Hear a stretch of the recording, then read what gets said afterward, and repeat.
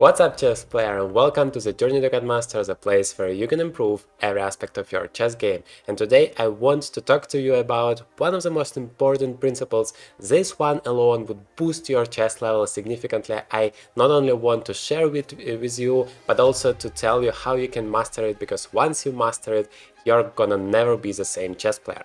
So to illustrate that, I'm gonna show you one of the games I have played in the World Chess Championship, Rapid Team Championship, and I have played this game as black against a very strong international master from Germany, Marius From. It was a Philidor defense, but in this case the opening is not that important. Follow with me and I'm gonna explain you this very important principle. So that is the starting position. By the way, an incredible opening. I can sincerely recommend it as black. Of course, you need to know some theory, as you always do, but if you understand those principles, remember, it's always the most important thing, not to memorize the variations, but to understand the ideas. It's like 10 times more important, and that would bring you so much more points that you score, that you win the games if you understand those ideas, because it happens every time that at some point you find yourself in a situation when your knowledge, your theoretical knowledge is over, and it doesn't matter whether you are a beginner or a master. At some point you are on your own, and so you need to understand what to do next. And that is why I'm showing you this game. So that is my favorite opening. The knight goes to b6, and now white has a variety of opportunities where this light squares bishop goes. Bishop f1 is one of the main moves. Now I'm taking on d4, I'm playing the move d5, I fight for the center. So the main principle that I want to teach you today is not to stay too passive. In chess, it's incredibly important to fight for the initiative, because you can say, well, I have a solid position, I don't need anything else, but with the time, your opponent builds that initiative, and eventually he's gonna come after you and crush you. So from the very beginning till the very end of the game, it's very important not to allow him to do that, to fight for this initiative. So even though I'm playing as black and my position seems to be more passive, I'm still trying to fight. I'm playing this move d5, and of course my opponent wants to do the same thing. He wants to attack me, he wants just to get the better out of me, so he plays e5 and I have to go back. By the way, here knight d7 wouldn't be such a great choice, because that would block my own bishop. So very important how you coordinate the pieces together so that every one of them is taking part and helps you to outplay your opponent. So knight a8, the knight comes afterwards to g7. That is the plan here, and because I understand this idea, I know where the knight should go. And of course you can memorize all of the moves, but it's so much more difficult instead of understanding it. That is why that is something I always teach on my channel and explain you all of those principles and ideas. So now g6, I'm not afraid of this bishop coming to h6 with the tempo, because, well, knight g7 is a logical next step of my plan. Now knight is coming to f4, that is the idea, because the knight on c3 basically does nothing at all, and now it's very active on f4, and, well, e6 is on white's agenda, of course, and there is another idea which I understand here for black, and I used it here after the move g4, perfect example, exchanging the dark squares bishop.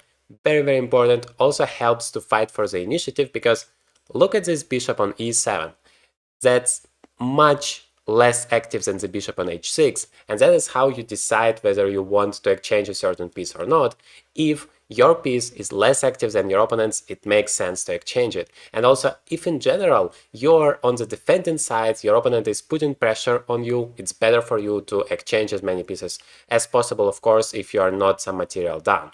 But if you have the initiative, if you are attacking your opponent, then it's the other way around. You don't need to exchange the pieces that easily. You need to find a real reason to do that. Maybe you get some benefit out of it. Then it makes sense. So bishop g5 definitely helps me, because not only I exchange those bishops, I developed yet another piece. The queen on g5 is now very active, so that is the best thing that could have happened. But of course, my opponent wants to continue the attack, so he plays the move knight to d3, preparing the move f4, just wanted to destroy me with that pawn storm. So What happened here? I'm trying to counterattack. Once again, back to our main principle. It goes through the entire game from the beginning until the end. I'm trying not to allow my opponent to get that initiative. I'm trying to create a counterplay. That is essential thing in chess, to create your own counterplay. So h5, the pawn is pinned. I'm attacking it 3 times now, and he has only 2 defenders. But of course, he's gonna push my queen away. That is a problem. He didn't play f4 because, well, you should be careful with such a move, because the king is gonna be very exposed, and probably my opponent had a little bit was a little bit afraid that it's gonna backfire. So he played knight f3 instead. Also very interesting move. And now the knight goes all the way to h2 just to protect this pawn on g4, because look at this pawn. What do you do with it? If you take on h5, that gives this bishop a beautiful road to attack, and also activates the knight on h5.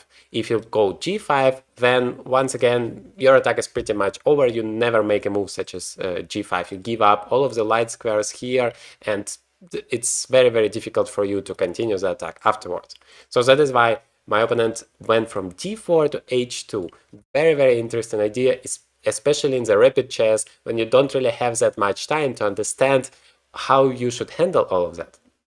And of course, in the future, this knight would be a perfect piece to land on f6. I mean, that is a dream for white, and you can understand this interesting maneuvers that help to outplay your opponent, something like that, even though it seems like you're going back, but only you make this 1 step back to go 2 steps forward in the end of the day. So I played knight d7 because look at this knight on b6. It does absolutely nothing there, not participating in the game. So I want to include it. I want to maybe exchange it against this very, very active knight on d3. I want to put some pressure on the e5 pawn, even though that's pretty difficult so far. So now f4, my opponent finally goes all in with this attack, and the knight goes to c5. So once again, back to the exchanging principle. If your knight, or your piece in general, is less active than your opponent's piece, then try to exchange it. So that is what I'm doing. c3, bishop d7. Well, I'm not in a hurry to do that. Maybe my knight could also jump to e4 in the right moment, so I keep the options for me, because my opponent can't really escape this exchange. I mean, you need to go back, but nobody wants to do that. So if you have the upper hand, if it's up to you to decide whether you want to exchange or not, you can choose the right moment to do it. Bishop to g2, rook to d8. Now basically all of the pieces are developed, so that is a huge thing for me. But still you could see that, yeah, maybe white is a little bit more active here on the king side, but according to the engine, as surprising as it might seem, black is better in this position. So let's take a look what happened next. Queen to f3. Now I am taken on d3. And notice that I'm winning a tempo with my waiting theme, because, well, he needs to develop his pieces. He wants to connect his rook. The queen is not really participating, so he needs to do something. He doesn't want to take on c5 because I'm going to take it with a check back. And now he plays queen f3. I'm taking it on d3, so he needs to spend another tempo on it. Now the queen is going to h4. The queen might be in danger there. You should be careful with such a move. But on the other hand, once again, fighting for the initiative, not being too passive, is a key theme here, because I want my queen to work. I want to put even more pressure on this g4 pawn, because once again, it's very good for me if my opponent takes or goes g5. So the queen goes back to f5, and now I am taken on g4 and playing f5. I mean, as incredible as this move seems to be, that is the best move in the position, because once again, I want to be active. I want to create yet another threat. I mean, the best way to be active in chess is to create as many threats for your opponent as possible, because that's making his life or her life miserable, and that is exactly what we want for our opponent. So that is a move f5. You can take en passant, of course. It hasn't been played because, well, that helps a lot. For example, we just win the rook here, so the pawn is basically not possible to take, and otherwise I want to attack on g4. And if you play g5, once again, never a problem. Look at this knight on h2. You might be a little bit worried about the queen, but it has enough squares. I mean, the whole h-file is at my disposal. Also, I'm gonna jump immediately to try to attack this f4 pawn, so g5 is also not such a great choice. My opponent played queen h3, which you could see is a great move here, offering the queen's exchange. And I took it because I thought, well, I'm still on the defensive side rather. My opponent is trying to attack my king, so exchanging the queens seems to be the right option in this case. And here is a moment where I started to make some mistakes, because up to here I completely outplayed my opponent. That is minus 0.8 in this position, so quite a significant edge. But unfortunately I played here knight to e6, which seems to be a very logical move. It's attacking the pawn. If you take on f5, I'm not gonna take it back. No way. I'm gonna take it on f4, Zwischenzug, as they say in Germany, attacking this bishop, and I'm still in time to take the f5 pawn afterwards. So that would be a disaster for white. That is why white played rook f1, and that is the right move, and now it's a little bit more difficult for me. So instead of knight e4, e6, if you are curious, the best move would be just to go king f7, just to stabilize the position a little bit, and of course opening up this h-file for the rooks, where, well, the rooks would be fantastic. But knight e6, rook f1, and now I played g5. That was my initial idea, and as you could see, the engine points out it's completely wrong, but it didn't seem that way, because once again, if you take on g5, I mean, that is just completely crushing. Now this pawn is hanging, this pawn is hanging, and the bishop is hanging. White is basically busted. If you take this pawn, then once again the knight jumps to f4. Maybe it's not that great as I anticipated, but once again the bishop is hanging, this pawn is hanging, but my opponent makes a brilliant move here. Feel free to pause the video for a second to find it, because it's a very instructive moment. So the brilliant move my opponent made here is rook takes f4, exchange sacrifice. The point is, after takes, he secures both of those pawns, and they're incredibly strong. And not just that, also this bishop is now in trouble, because remember what we have talked about the initiative. Well, guess what? Now white has the entire initiative, and both of my rooks and bishops are doing absolutely nothing, even though I'm some material up, so the position is equal in terms of the computer evaluation. But from a practical point of view, I mean, how do you play it as black? Yes, it's not that simple to go f6, because right now the pawn is hanging, but just imagine this knight coming somewhere here and creating so many threats for me. Imagine, yeah, white will just finish the development, all of the pieces are gonna come, and I'm in trouble. I mean, that was a very scary moment. I completely missed this rook f4 idea. It's not that I didn't know it exists, I just underestimated it that much. And once again, that is because the initiative is the essential thing, not the amount of pieces you have on your board, but the amount of active pieces and the amount of active opportunities you have. That is what really matters the most. So what happened here is king to f2. My opponent opens this road for the rook to go, and of course the king. In the endgame it could be a very active piece, and you're gonna see it later on in the game. I'm playing d4. Once again, back to the initiative principle. The entire game is based on this one principle, because my rook on d8 currently does absolutely nothing, just staring this pawn. But you remember the thing about the rooks, it likes the open files. So I'm trying to open up the d file so that my rook has a free way to go, and of course create some threats for my opponent. That is what I want. Knight g4, now creating another threat for me. Knight f6 forks, that would be very, very unpleasant for me. It's an inaccuracy, but still, I mean, there are so many different moves. I played here king to g7, which, well, secures the f6 square, but not for long, because once this rook is coming, that is exactly what happened. I have to always look out for those discover checks, and it might not be that dangerous yet, but, well, it's a very inconvenient situation to find your king in. So d takes c3, I finally open up the rook, and I played here rook to d2. You could see a question mark, a big mistake according to the engine, because the right move is rook to h8, activating another rook. You could see that this rook on e8 also does absolutely nothing. And this way I have already both rooks activated. I have the initiative for the time being. I mean, you can play f6 check, but, well, if I'm careful enough, if I play king g6, then this pawn is hanging, this bishop is hanging, and even though white has a discovered check opportunity, white is completely busted here. So what happened instead? I didn't play rook h8, I played rook d2 check, and the problem is now white's king is getting forward, and I thought, now I'm playing rook h8, I'm attacking the bishop, and both of my rooks are active once again. The problem is that my opponent just doesn't care. He takes the pawn on f4, and well, feel free to take my bishop, he says. But the problem is, of course, knight f2 check, discover check, and this time it works. I'm losing my rook and basically the game, so I cannot afford that. I played king f8 instead, just to get away from this discover check once and for all. But of course, well, those pawns are so strong. So my opponent plays bishop to f1, and this bishop might eventually even be active through this diagonal, which gonna be a huge problem for me. So I played rook d1. I thought, well, I'm gonna just pin your bishop once again, as active as possible, you remember, and not allowing you to do all of that. f6 is, thank God, still not possible, because this bishop, as passive as it is, helping me to secure that those pawns don't come forward.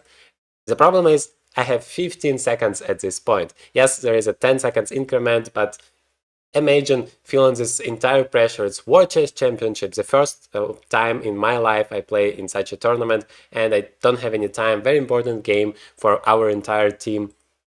So I was very scared at this point. King goes to e5. Yes, engine says it's a mistake, but as you can see, it feels like a very natural move just to be as active as possible with your king, and maybe even create some checkmating ideas eventually. And also just protecting this pawn, so maybe f6 becomes an idea here. Rook h5. Well, I thought, let me just pin this pawn, everything would be perfect. The problem with that is that knight goes to f6 and attacks it. And you can see that the engine says every move is a mistake, which is not that of a surprise, that much of a surprise for me, because we both have basically no time and the position is incredibly complicated. I mean, knight f6 is creating checkmate threat into, and at the same time attacking the knight. What can be better than that? And chess.com a review engine says, well, that's just a very bad move. You should instead play knight e3 and attack this rook. Why on earth would you do that? Go back instead of going forward? I mean, that is very complicated. Chess in general is an incredibly complicated game. But together we try to analyze it step by step, trying to understand what is the most important thing. So, rook h5. Why is it a mistake? Because it runs into so many attacks, and also I don't control the 8th rank. Instead, if I would have played rook g8, I would be pinning this knight here, and there are so many ideas of exchanging a rook for two pieces here. Rook g4, then rook takes f1, or the other way around. Both would help me to somehow stabilize the situation. And after rook h5, well, now after knight e3, the knight not only attacks this rook, but also blocks the file. But I can fully understand my opponent. Why would you do that if now I can play rook e1 and pin both of the pieces here? But rook g3, and now somehow black is in a big trouble. Which is, yeah, not that obvious when you are playing a real game. I would personally play knight f6 without any real thoughts as well.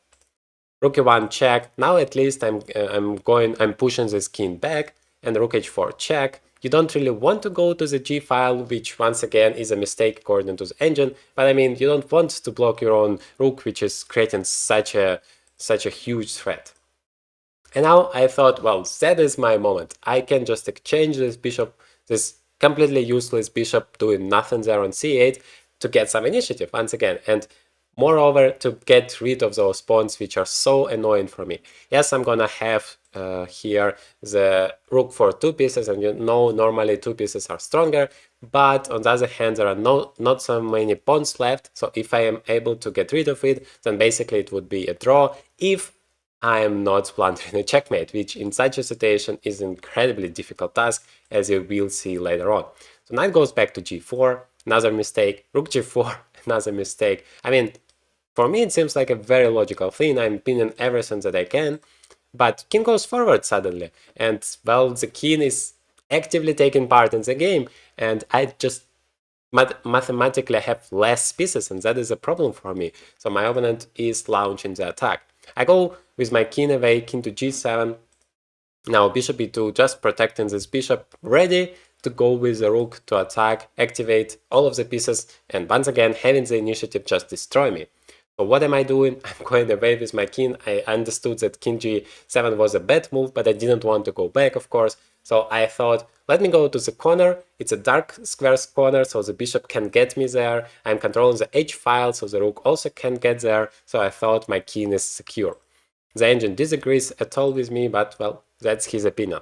Now rook b1, rook g7, rook back to d1, preparing here some checks, but I thought I'm okay with exchanging the rooks, so let me just attack another pawn and activate my rook.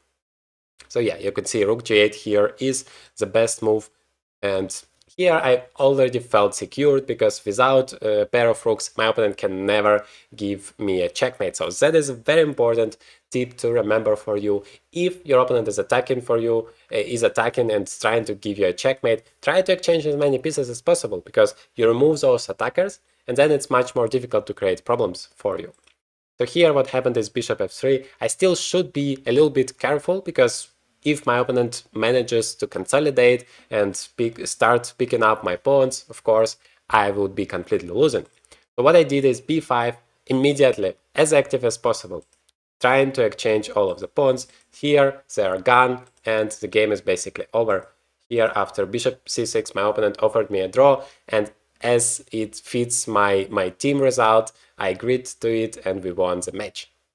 So here is the story. You could see that having the initiative and fighting for it is, yeah, probably the most important thing in chess, because if you stay passive the whole game and hoping that, okay, I'm here, you can't defeat me, I'm very solid, no, that doesn't work that way. You need to go forward, you need to go after your opponent, you need to create those threats, and eventually the result will reward you for that. Thank you very much for being with me today. Write me in the comments what you think about this principle, whether you fight for the initiative in every one of your games or what is your strategy. And in this video, I'm showing you another game from the World Chess Championship. Incredible one. I had a beautiful combination there, so you're definitely gonna like it.